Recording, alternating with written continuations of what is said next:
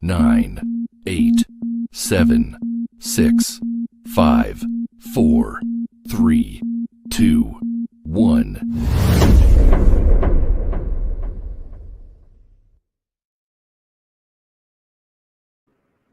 What is going on, Silver Squad? Welcome back to the Silver Site. My name is RJ.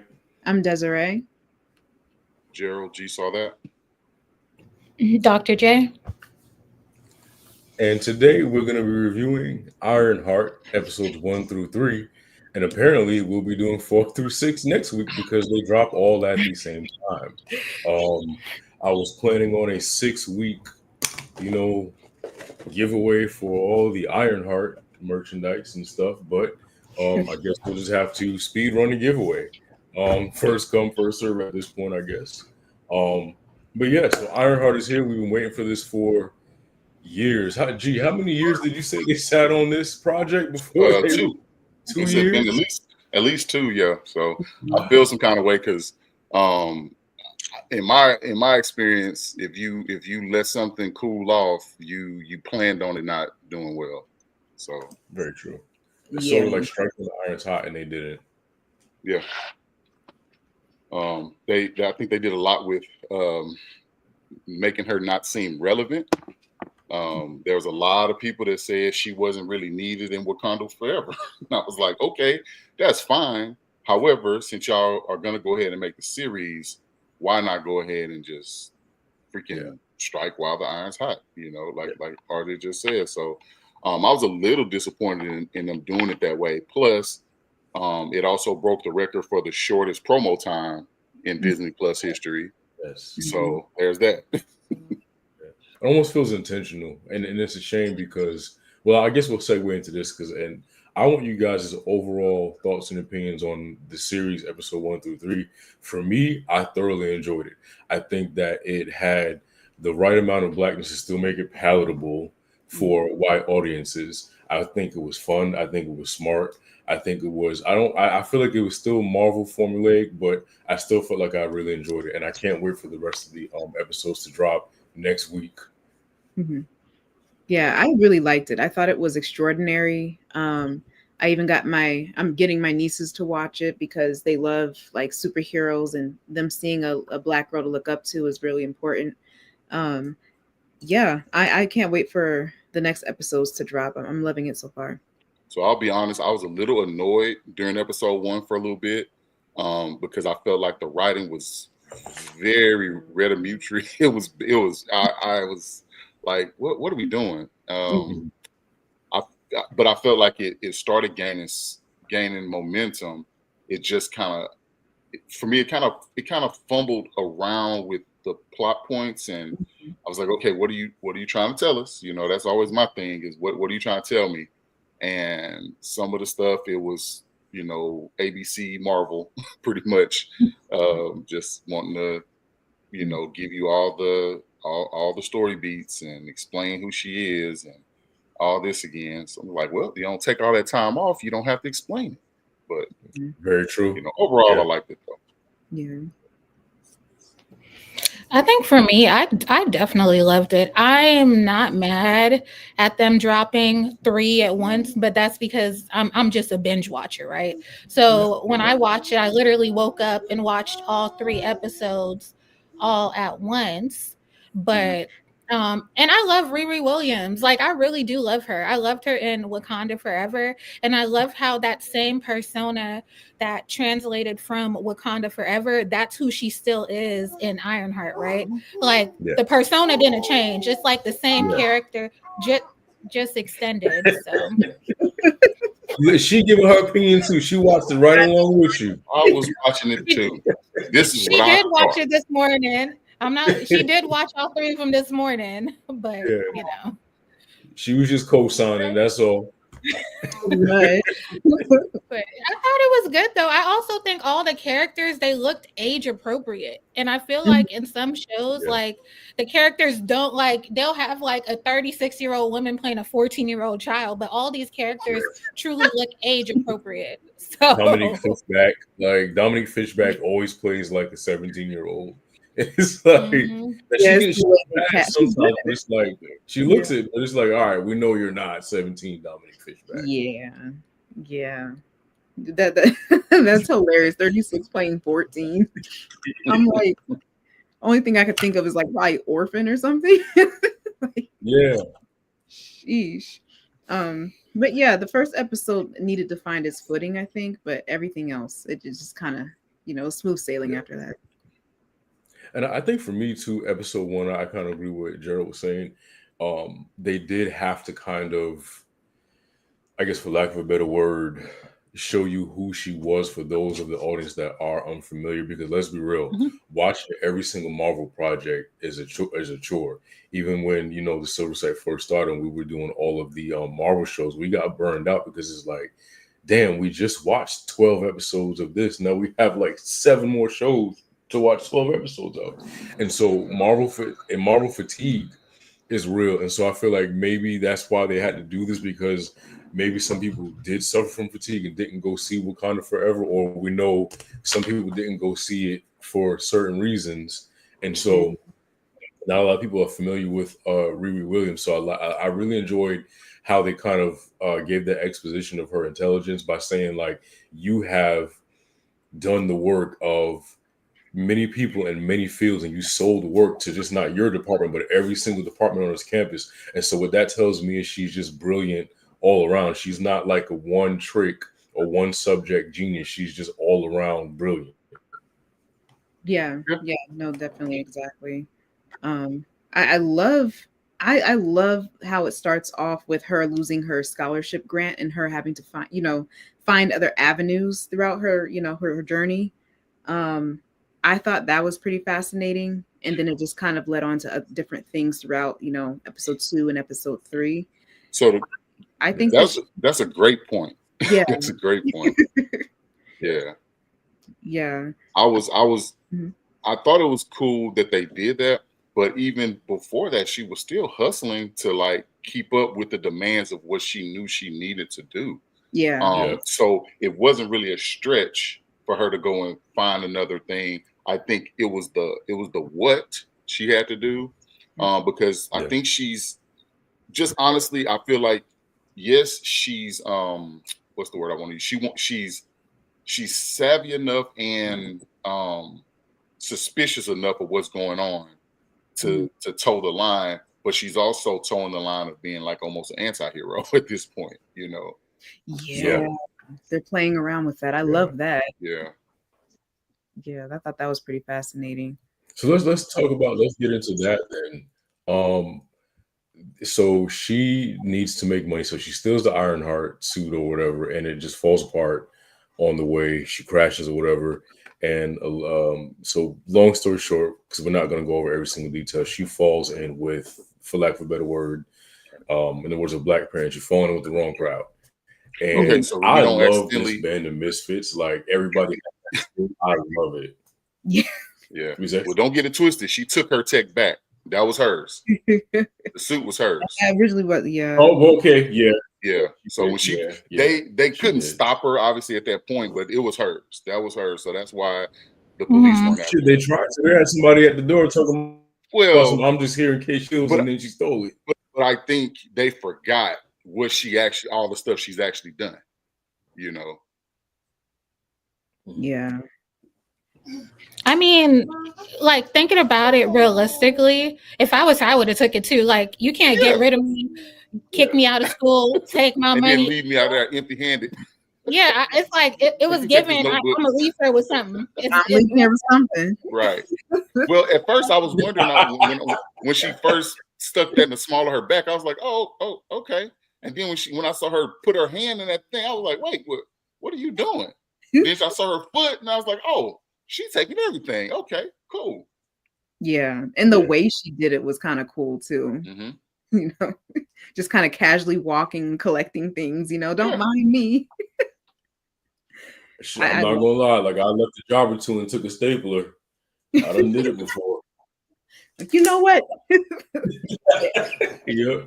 See, that wasn't enough. You should have took they whole paper for everyone's payroll or something. I don't know.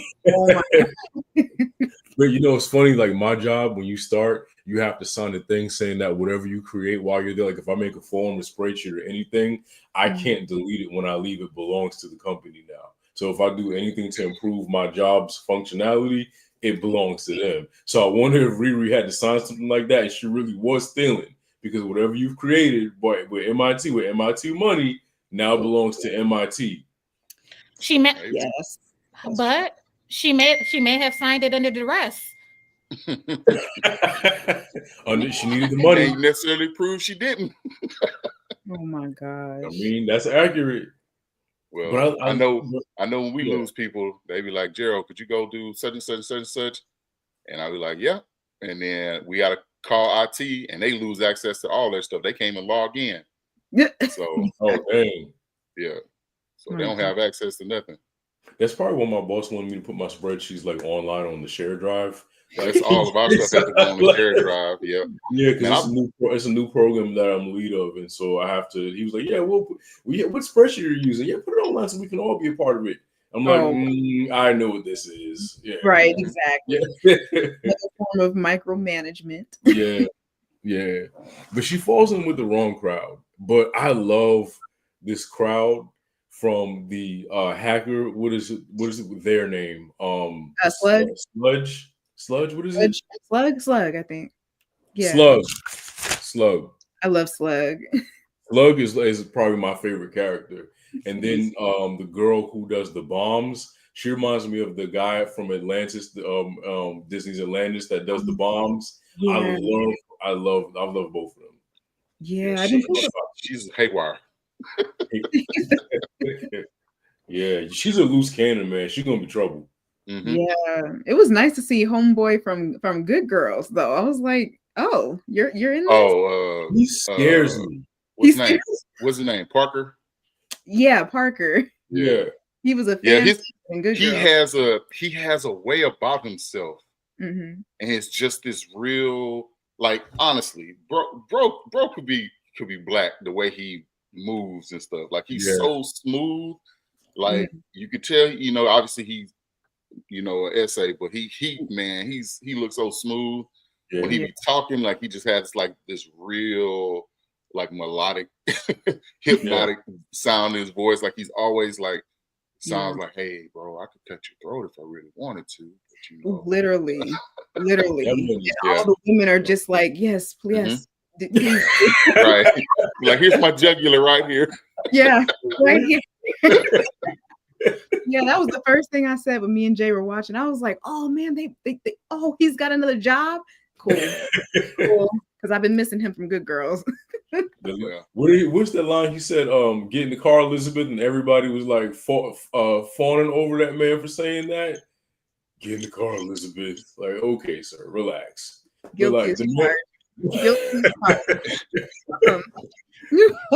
That's funny. He's terrifying to me. Like when the explosive girl went to go steal the hood and she was wearing it, and he came and he smashed her damn head. I said, "Oh, something's wrong with this man. Like, he not right." Something's not there. I mean, just seeing his extreme reactions, especially, with her touching he's always about like the cape, don't touch the cape and this and that. Yeah, you could tell something was a little, I don't know, maybe it was just him being a little bit overprotective, I think, too. I agree. I think there's a lot of that in there. But yeah, I really like his character. I just like that he's in it. You just like that he's there.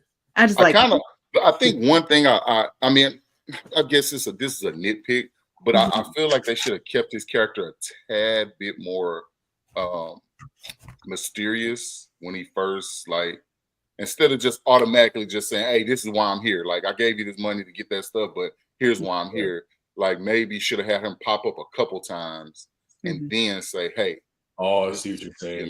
But that's just a nitpick of mine. Yeah, obviously they were trying to progress the story pretty quick, but I feel like had she seen him, like, "Oh, I remember this dude. Like, hey, bro, like, I don't need your help again."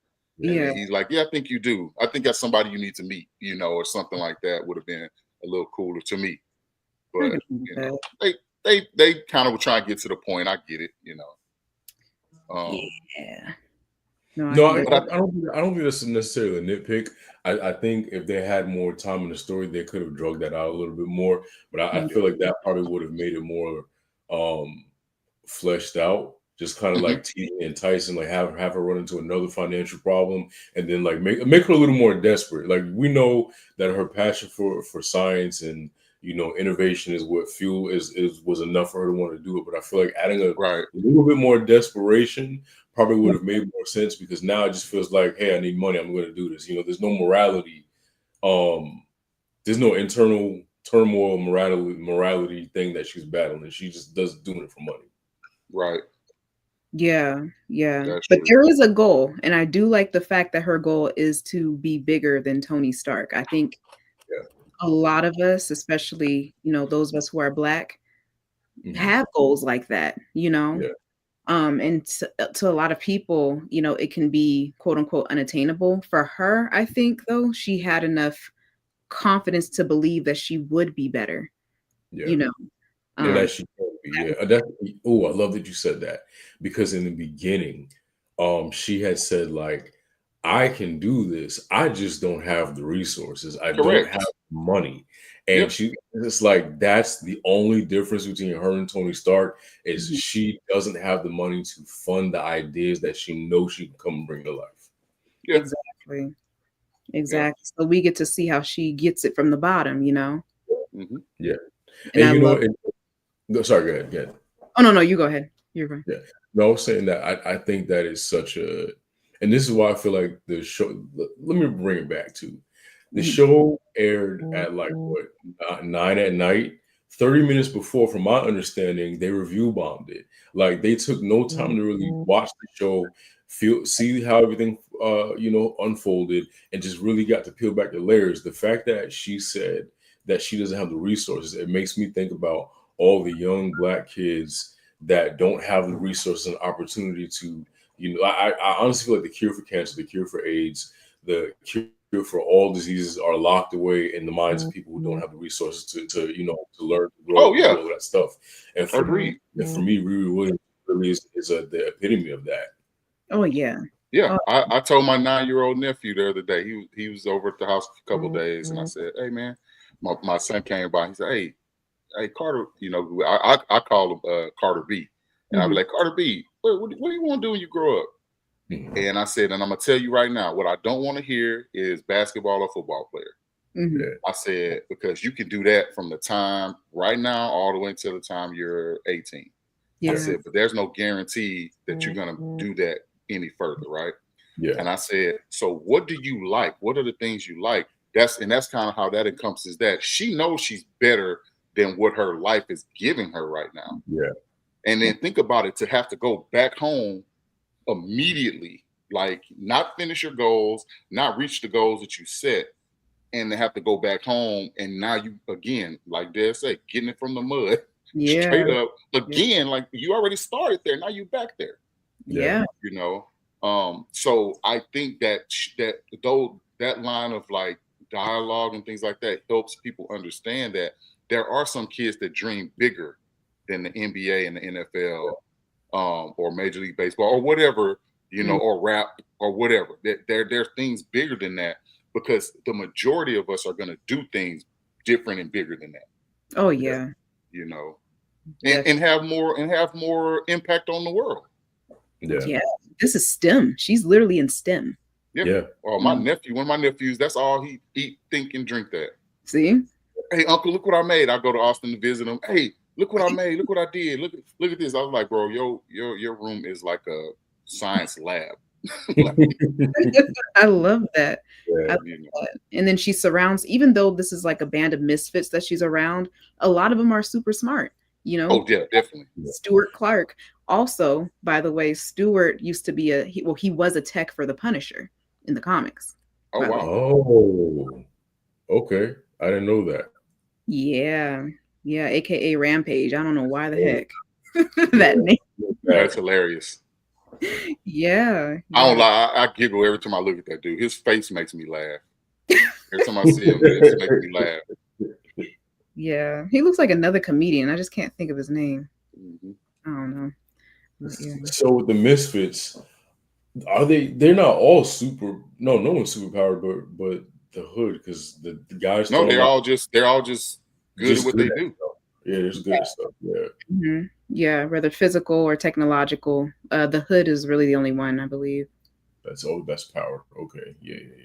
Because Yeah. I'm like, when the guy was throwing knives, I'm like, well, is he like Diego from Umbrella Academy?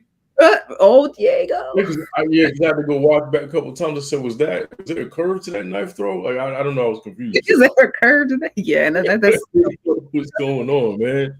that's skill. Clown is the pyro lady. Okay, I wrote down her name. Yeah. Okay. Yeah. So the black market situation, Riri. Well, no. Let's rewind. So, no, where we're at here. Lost some of my notes. So Natalie. Yeah. That would freak me out. I'm sorry. That would freak me out. I don't know if I could do that, man. Yeah, because it's like, how are you here? And then it's like having to rebuild that friendship too. Yeah. You're AI, but you're still her, but then you're not really her. I thought that was neat though, what they did, because it was almost like, I'm gonna just charge this up to Ryan Coogler being a genius. Mhm. I think what they did was, because when they showed on the screen that she had like 4 hours or something to like do that stuff, and she just falls asleep, and it was almost as if her falling asleep let her actually get all the the brain activity going, because she just and then wakes up and it's already, the time has passed, everything. And so for her to see her pop up, it was like immediately she had the consciousness like transferred in, and it reconstituted to where it needed to be. So I thought that was neat that they had her like kind of just fall asleep, not really go to sleep. Yeah. For that to happen, kind of in that, okay, when the time has passed, we know it, and she wakes up and now she's like thrown off by it completely, because she passes out immediately when she realized what happened, Right. So Uh-oh. So We got so had she not fallen asleep, would her AI be herself? I don't We're good. I think she was supposed to be, from my understanding, this is just how I gathered, my thoughts was, she was supposed to be trying to teach it. But I don't know that. I think that kind of happened by pure accident, because I know she said I need to, kind of rectify some stuff in my AI programming or whatever. So I thought her falling asleep was like a little bit of a, a means for it to like actually get like a what's the word? Organic version of what she was actually looking for, instead of her overthinking each part. Yeah. No, definitely. That's my best guess. I mean, I don't know. And I like how like the name Natalie's like a play on the acronyms, just like with SHIELD and Jarvis, and then you have what is it? It stood for like neural. It's ridiculous. It's a lot of letters. Or something like that. Yeah, I tried. It's a long acronym. Right. Yeah, but I like it. I like it either way. Marvel good for that anyway. I felt it coming. I was like, oh great, they about to. I know another Jarvis. Yeah. Love it. Oh, I think it was neat though how it was clever. I liked it.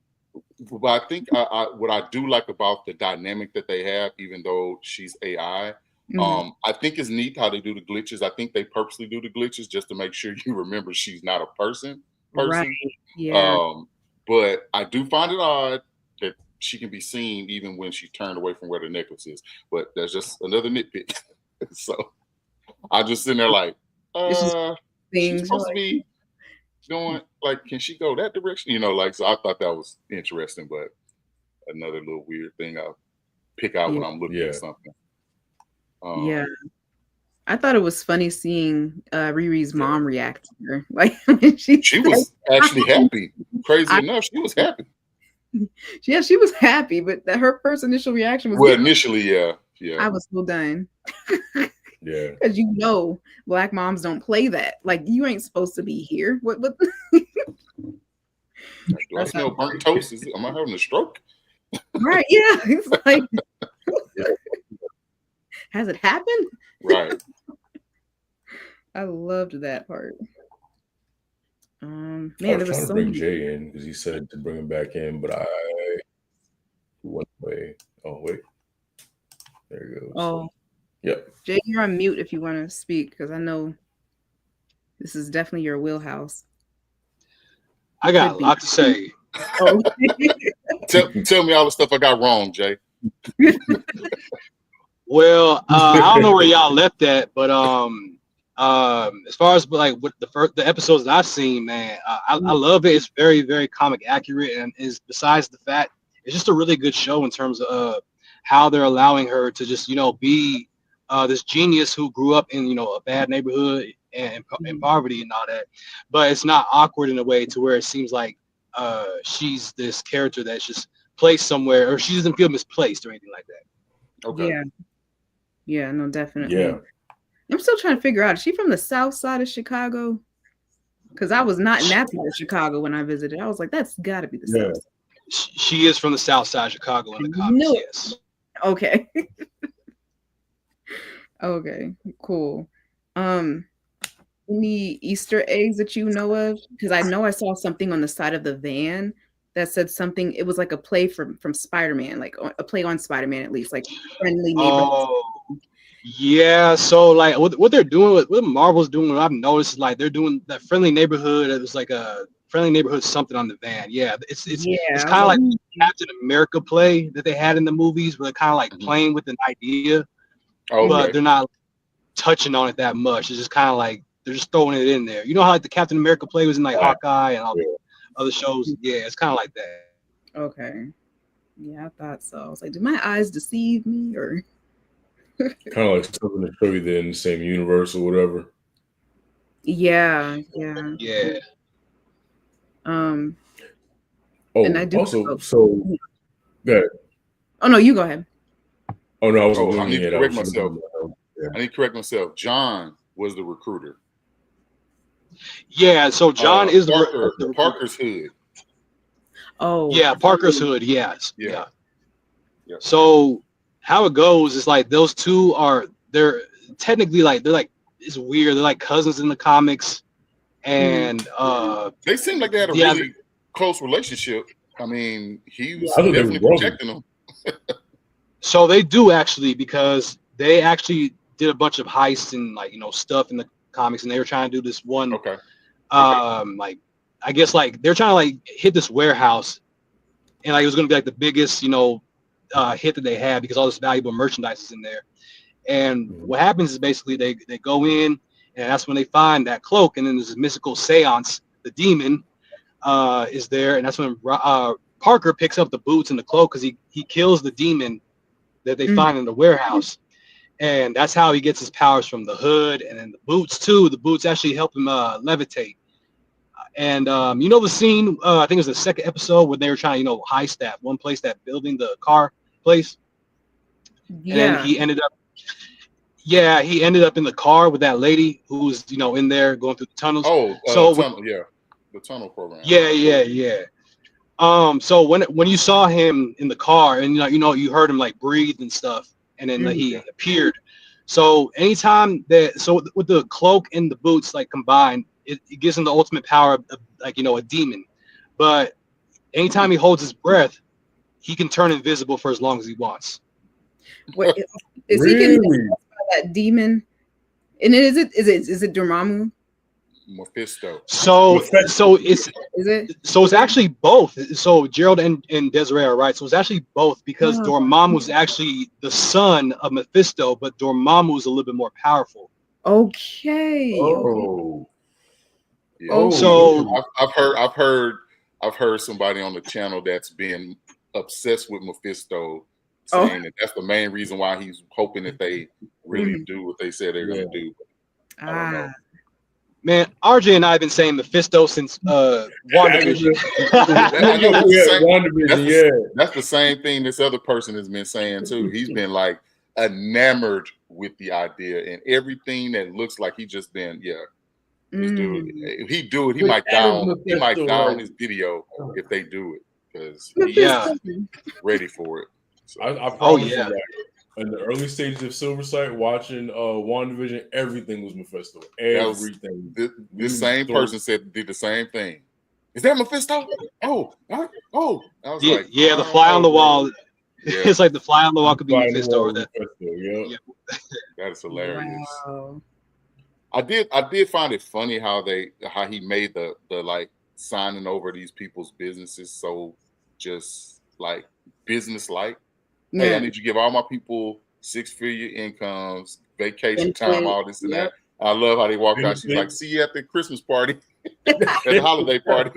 That was hard, yeah. That was, yeah. In my head, I'm like, could that hold up? Like, do all of that for what? Dr. J, that was signed under duress. That was duress. That is hilarious. Oh, can we talk about Joe? I think I like Joe. I love Joe. Guy that my God! Don't get me started. Don't get me started on him. Love Joe.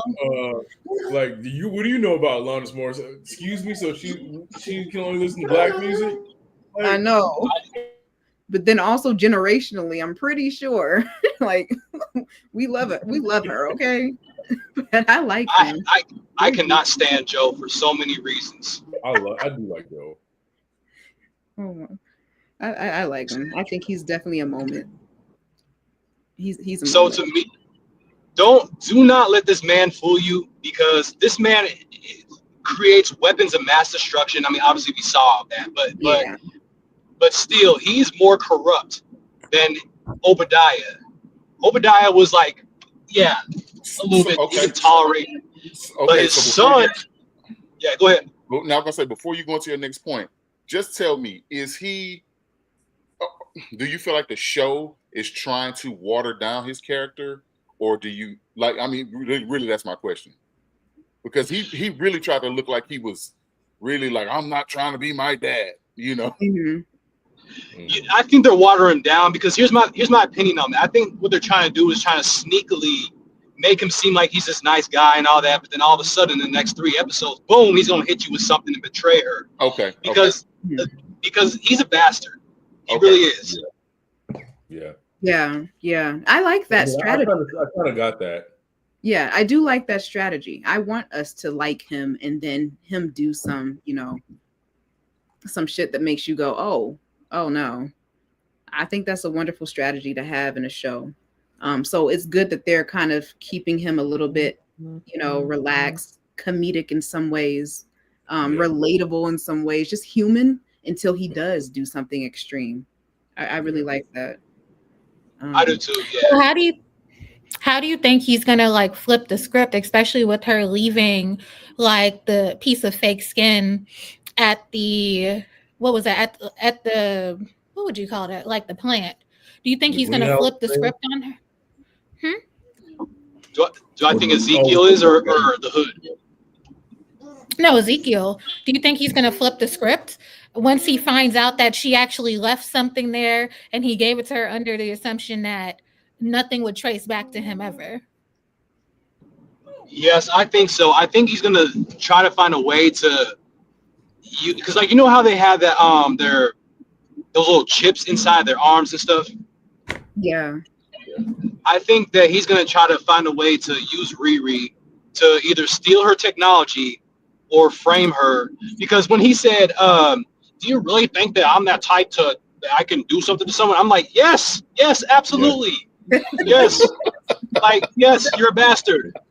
So I think what he's going to do is betray her in the end, take her technology or like insert like a chip inside of her somehow because he's just as intelligent as her. So I think he's going to betray her like that.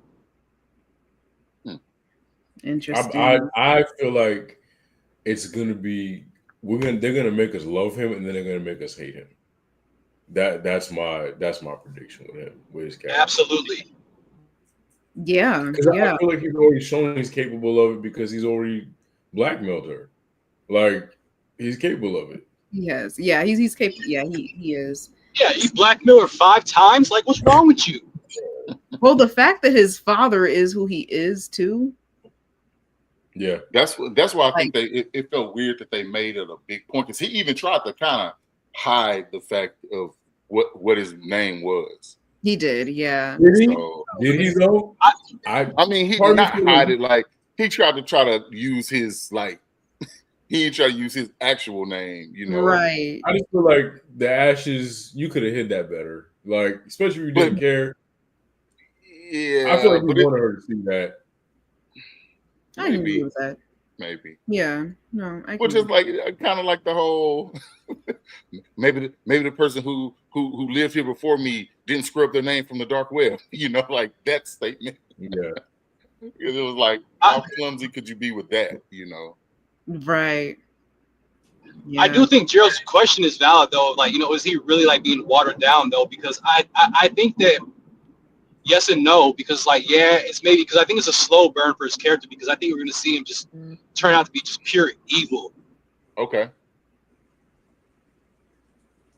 Yeah. I don't know. I like Joe. I do, but I just feel like I don't know. And maybe it's, Lord forgive me, but in black shows, something like that, I just don't be trusting white people. In black shows, I don't know how this is gonna work. I don't think you should. Yeah. No, definitely. You have a good point there. Also, I love the fact that she gets police came by, and then, you know, he came upstairs to try to talk to her, and like, you know, clearly he doesn't belong there, because like that, I don't know if you saw, there's some old woman that came out of her door, and she looked at Ezekiel. He's like, wait, what the hell are you doing here, white boy? Like, so I just think this kind of weird and funny in that way, because it's like, what are you doing here? I don't know why I can't remember that. What were you saying before, Desiree? Oh, I like how like they kind of parallel her panic attacks to how, you know, Tony kind of had his panic attacks as well. They're like that similarity. You know, I did notice that. Yeah. I thought that was a nice addition to the show. That's what I'm saying. Like, that's what I'm saying. Like, you can't tell me the show is not a good show. I feel like we're not saying it's perfect, but it's nowhere near as bad as the 30% that they was giving it on Rotten Tomatoes. Well, we know why. We know that why. Was straight up a rebound, bro. I feel like they do that. Yeah. I hate it when they do that, because again, like I was thinking this to myself today. It's like, you know, this is coming from a perspective like, okay, well, first off, let me say this: not every show is for you in the MCU. There's so many characters. There's so many other people that people can connect to in our reality. But people try to make it about themselves and say, "Oh yeah, well that's not my Iron Man." Duh.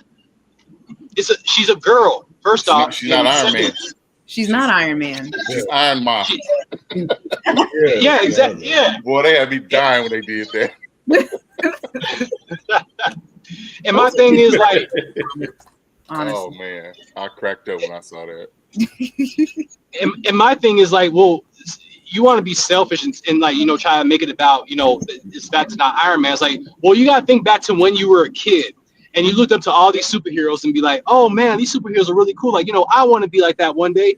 That is exactly what this is. She doesn't want to be Iron Man. She wants to be like an Iron Man because she's inspired by what he did, and she's a genius. So I don't understand the hate. Well, the fact that they can accept Spider-Man, other Spider-Man adjacent characters, you know, within like the Miles Morales universe and all of that, they can accept all the other different Spider-Mans. But oh my God forbid, there's a black girl who's kind of adjacent to Iron Man. Like, it's pure racism. I'm calling it what it is. That's all it is. And it's racism and sexism. Yep. How dare a girl be smarter and more savvy and more, you know, headstrong. Oh, and also not have any heart problems. You know. Yeah. I'm right. Right. So, God forbid and a black have less. Yeah. Yeah, and that's the thing too. It's like you're comparing a billionaire to someone who doesn't have that much money, who is just as smart. It comes down to like, what can you do? How do you operate? It's not has nothing to do with her trying to, you know, be Iron Man. She doesn't want to be Iron Man. She's inspired. I was inspired by a bunch of characters, like Green Lantern. I want to be Green Lantern, but you don't see me going around with the power ring and trying to zap people and create all different kinds of constructs. Like, what the hell? Yeah, I saw somebody make a point, and they was like, well, yeah, I mean, he was rich, but don't forget he built the Iron Man suit in a cave. I'm like, Okay. So what? So she's probably ingenuitive enough, and probably she's ingenuitive enough to do the same thing. Mm-hmm. The difference of the two is that's what you've been spoon-fed all this time about this character and about these things that they've done. Yeah. Why can't you at least just say, okay, let me take the blinders off and just listen to the story they're telling me about this character and how she's inspired by him, but wants to surpass him because of her ambition. She sat on the couch and said it before that Dean told her off. She was like, why am I having to explain the work that I'm doing to the people who's supposed to be teaching me? Yep. Exactly. And honestly, I hate to say it, I know that teacher was in that position, and it's hard for, people who look like us to get into spots like that. I do respect that, but what I don't respect is her trying to in my opinion, I think she was kind of trying to hold her back because she knows how smart she is. Yeah. Don't do that. Well, she's looking at her own, well-being when it comes to that part. When those decisions because that's above her. She just all she can say is, okay, it's nothing else I can do. I can't go to bat for you for the umpteenth time. So for me, I understood that. Smart. Right. Yeah, I understand that. I didn't really harp or trip on that too much because I get it. The politics of that piece, there's only so much you can do. Yeah. Her hands were tied. Yeah, and definitely, and that's the other part too. That I'm like, I get it because she can only do so much, and I get that. I'm not risking you're doing the same thing over and over again. I done told you not to do it. Well, this is the consequences of your actions, and you just figure it out. But I wish you the best. Yeah. Yeah. At the end of the day, she has bills to pay too. Right? Because from her standpoint, she was just basically saying like, girl, you sold your work to all these people. We know you did. Like it's come full circle. It's nothing I can't do anything to save you. Yeah. But again, for what it's worth, it's like where she is, what she's doing is still very much all on her shoulders. She's not passing it off on anybody. She's taking that, I think she's taking that leap of faith, and she's betting on herself. Yeah. Because even if you think about the AI Natalie, if you think about all the issues and concerns she's having, that's really she's talking to herself. That's her consciousness. Yeah. Like if you remember, Natalie glitched out first when the gun got pulled on him. Yep. Yeah. She glitched out. She was like, close the helmet. Yeah. She's standing there like, I'm getting shot. Close the helmet. Yeah. And Natalie just glitched out. So that was actually her first panic attack before we saw her actually have one. Yeah. Yep, yeah. I agree. So close the helmet. Right. Because when she did, I was like, okay, they're not gonna shoot my girl in the face, like for real.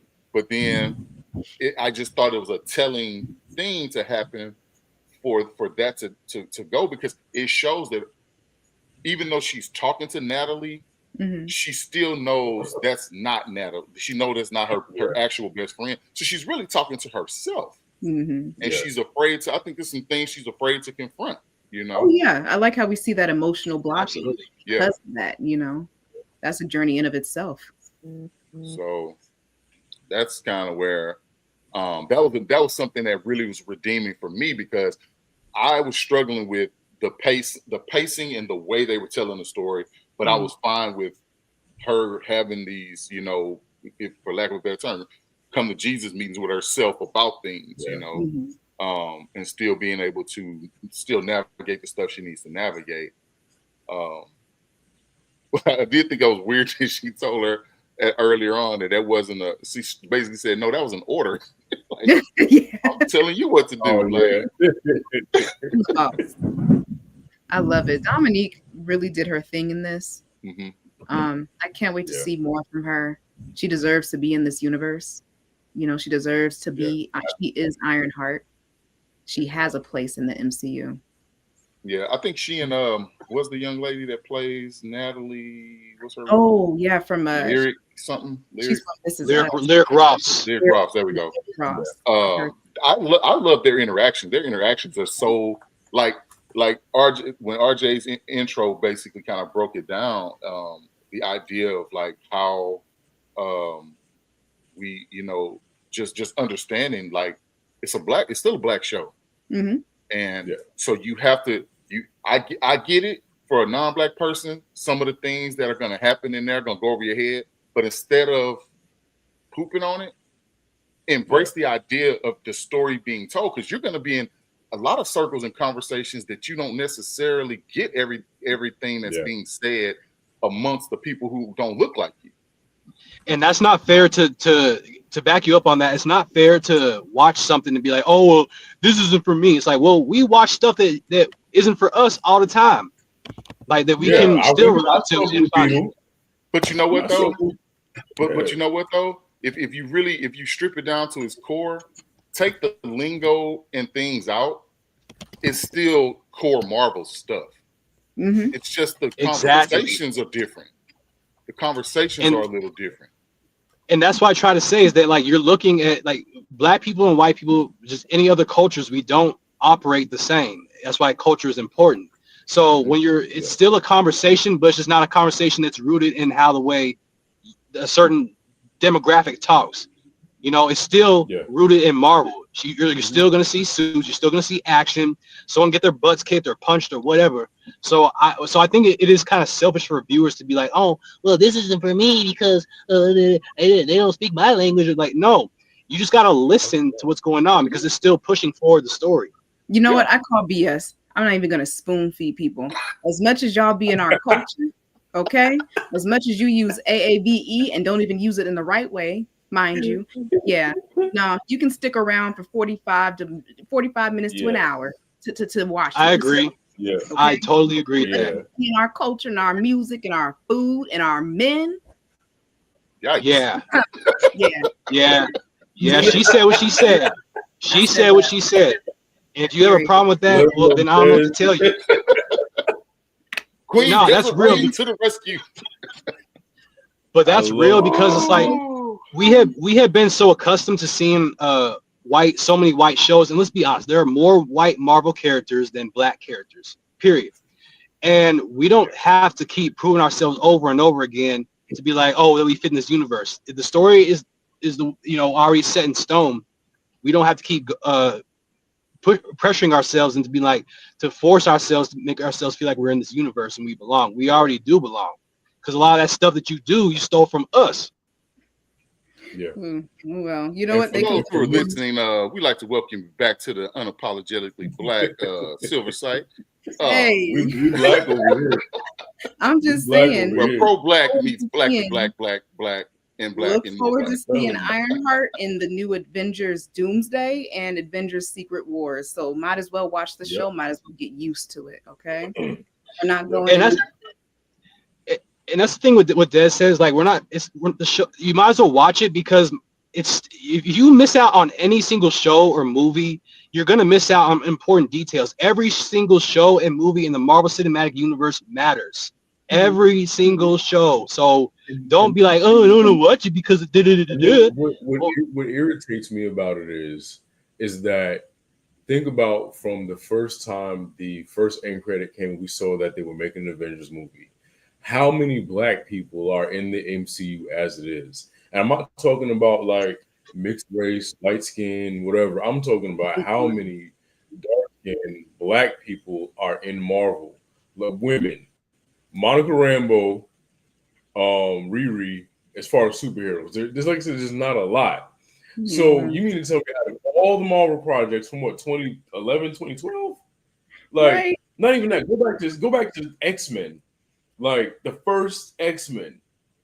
How many black female characters? You mean to tell me that just this is enough? One. Like this is enough to trigger you? There's literally one hundreds. Think about the escape of that. I know. I'm not gonna say this. I don't want you to have to put the cancel circle up on me, but just let's be realistic, man. What climate do we live in, bro? Yeah. Yeah, it has a lot to do with it. We can make as many valid points as we want. At the end of the day, there's always going to be that not my something. Yeah. Not this. Why y'all worry about this? Dr. J sent me to her TikTok, and I was infuriated. It took everything in me not to reply to each and every one of those. I just gave her a general one so that if anybody did want something to say, I'll be like, we know you the problem. If you reply to this, I'm not gonna reply to them. I reply to her, so that way, if they decide if they wanted to get on there and be, keyboard warrior, and they literally, where they say hit dogs holler. So set them off. Like what? Yeah. Yeah, people crazy. I seen them comments. I was like, well, nobody cared about my black-owned cupcakes. How you talking about food and somebody talking about other stuff? Yeah. Oh my God. And Gerald, what bothers me too is that, like, how you gonna say all this stuff, but yet you say things like create your own characters and this and that when there's so many black characters out there that you just don't want to acknowledge. Like, for another example, we have another super genius. She's 9 years old in the Marvel Comics world. So I mean, I don't understand why people like put all this energy into hating something that they don't even want to understand. Because they don't want us in their spaces at all. And that's the thing that they're scared to say. They don't want to make room for Riri Williams. If Riri Williams was a little blonde white girl with blue eyes and came from a suburban family, they would eat it up. Yep. It'd be mediocre as shit, but they would eat it up. Yep. But exactly. The spaces, that's the killing part, though. The spaces are for everybody. Everybody's in these spaces. Yeah. But they treat it like it's like in this box. And they like, how dare you open the box that we created? And I'm like, well, that's how it was way back when. Yeah. That's how it was formed. My thing is, look at Stan Lee, okay? Just go back to his interviews and you will see that there was a space that he created, this space is for everyone. And this is coming from him. So that should be full stop after that. Yeah, a Jewish man. And then they're going against writers saying, oh, well, that never happened. This never happened. When I know a lot of y'all have not read a single lick of the source material. Reading is important. So, I mean, again, you don't have to be a comic book fan, but you have to understand how things work and where the source material actually comes from instead of just being like, duh, I don't like that because of da-da-da-da-da. Who cares what you don't like? Yeah, exactly. Yeah. So, either way. They can't stand it. And it's like, it's annoying because even when you see like a smaller... Oh, go ahead. Sorry. My Wi-Fi is like really dragging, so that's why I can't tell who's not looking. Okay. Like, my Wi-Fi is like terrible. Yeah, am I good? Like dragging still? Nope, you're good. Nah, you're good. What am I doing? Nope, you're good. There's like a huge delay, but I'll just say okay. I forgot. Anyway, good. Yeah. No. Anyway, one of my favorites. So this is what happens. But good. I was just good. On me, I was just gonna say that like, another scene I really liked is the flashback to her uncle and her friend, of course how they got shot, because that's how it happens in the comic. Is that it's the same thing. Yeah, they get shot, but except this time it's during the daytime and it's a drive-by as well, but there's like some explosions and stuff too. Pretty crazy. But I think that was one of the moments where, like, that felt kind of real for me too, because that was like another panic attack she had, and I'm glad they kind of touched on that because I think that's not just important to her character. I think it's important for people to understand like what happens. Like things can just happen all of a sudden, no matter where you're at, and it's not because it's a hood story. It's because it's just something tragic happened, and that kind of like encapsulates this whole conversation between the two, how they're so special and like creating that bond between the two. Interesting. Okay. Oh, okay. RJ, you have a bad storm. You look like you're moving. Maybe sound cutting in and out. Maybe. Oh, maybe. Yeah. Okay. I did find it interesting how quickly she was. I mean, obviously she got that crazy stack of cash, but I thought it was neat how she was able to get that suit upgraded pretty quickly. Yeah. But she turned that mug because after that first fall and she hit that ground, I was like, okay, so she's not injured at all. Okay, cool. And then she started building onto it and all that, and then she basically had the whole exoskeleton deal that she was able to step into. I thought it was neat how she was able to get Natalie to transfer into it, which was kind of another weird thing. I was like, why does she need to look like side to side if she's just the AI presence? Like that would just be like, like I would think the human would maybe turn their head, but as far as the consciousness of the AI, but to see her turn her head, it was kind of funny to see. Yeah, that was a little wonky, but it's okay. Yeah, but I thought overall the cinematography and a lot of the graphics and things like that I thought were decent. Especially when she did that deal in the she was under the car and she only had like 2 seconds or something to get out. Thought that was interesting how they did that. So yeah, they did a really good job with that. Was definitely impressed with everything, color scheme, cinematography.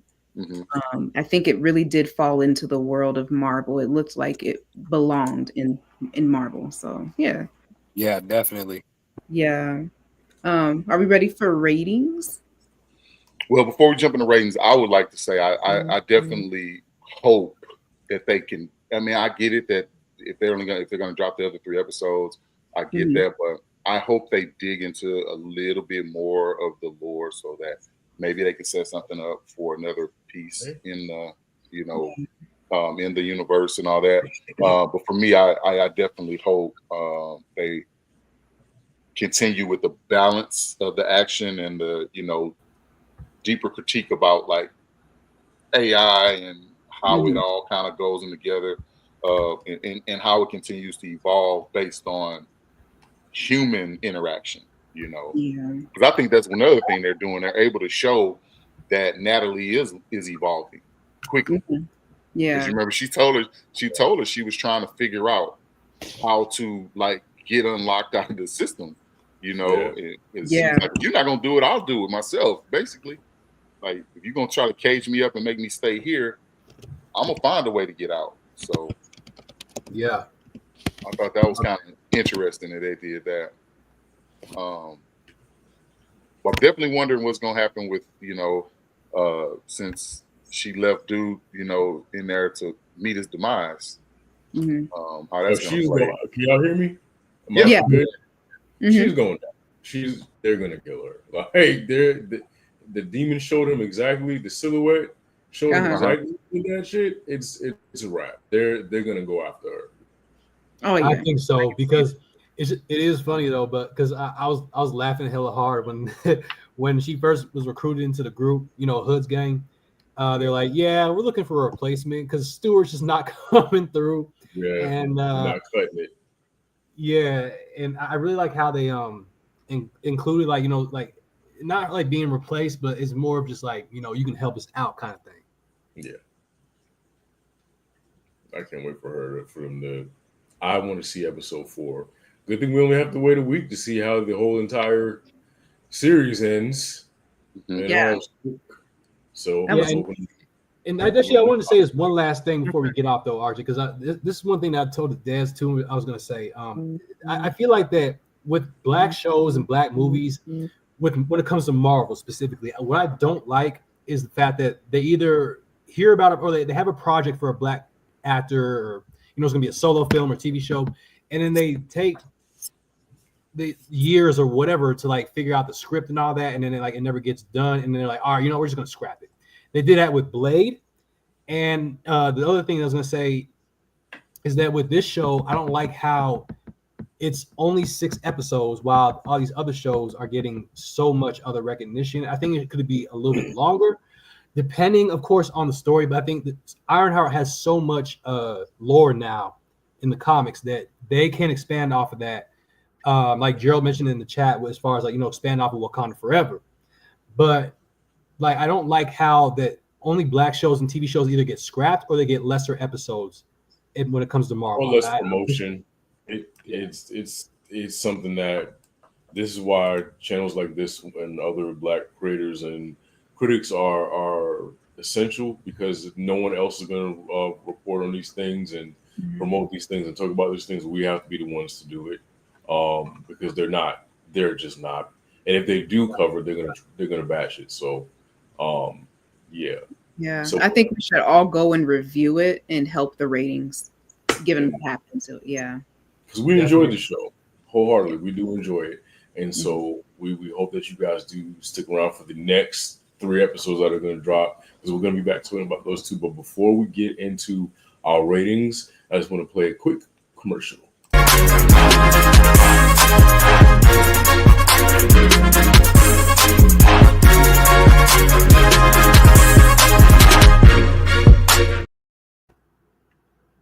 All right, we are back. So we're going to give our ratings 1 through 10 for IronHeart's episodes 1 through 3. We're going to do a total rating. So we're going to treat this as like a movie. So from 1 to 3, what are you guys' rating? I give it an 8. I would have to give it an 8.5. Honestly, I'm really enjoying it. 7.5. Okay. I'll say I'll give it a smooth. I'm with Des. I'll give it a good 8. What about you, Dr. J? I feel like I give it a 9.1. 9.1. Ooh. Yeah. I rate it. Yeah. I thoroughly enjoyed it. I watched it all in one sit and I thoroughly enjoyed it. So you were hyped. You was in the chat immediately. He's like, did y'all watch it yet? It dropped. That's good though, Jay. I'm glad you really enjoyed it though. Really. Yeah. I think the things I struggle with, I think kind of kept me. I still want to see a little more. That's not me trying to be. I'm not trying to be anti-show. I just feel like there are some things that technically just I struggle with, and I feel like if I'm not thinking Ryan Coogler or his folks were purposely trying to do anything, but I feel like if you're saying this is the best y'all are offering, then I hope you're gonna bring me across the finish line a little different than how it started, and some of the elements that kind of fall in between. So I think the acting is good, but I think the balance is off a little bit for me. So, right. Fair. Yeah, I'll split that. Did you give it a rating, Jay? No, yeah, she gave 9.1. Oh, Jay. Oh, sorry, Jay. Me? Oh, yeah. So like for me, I'd say 8 point. Honestly, I'll give it 8.7. Okay. So it's safe to say we all kind of enjoyed it, and we're looking forward to the rest of the episodes dropping.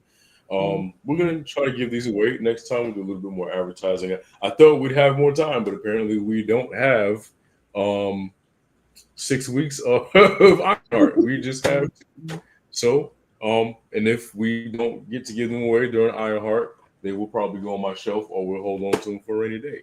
No, I'll probably just come take them. I mean, I got plenty. I don't know if I have a lot of room for this, but we'll figure it out. It'll be somewhere. But and I'll throw this in there. Next Wednesday. Yeah, next Wednesday at 7:45, we will be here, same time, same place, to talk about IronHeart's episodes 4 through 6. Join us; it's going to be fun. That being said, don't forget to follow the panel down below. The links down below are our links. Do not forget to follow the panel. Thank you so much for tuning in. Later days.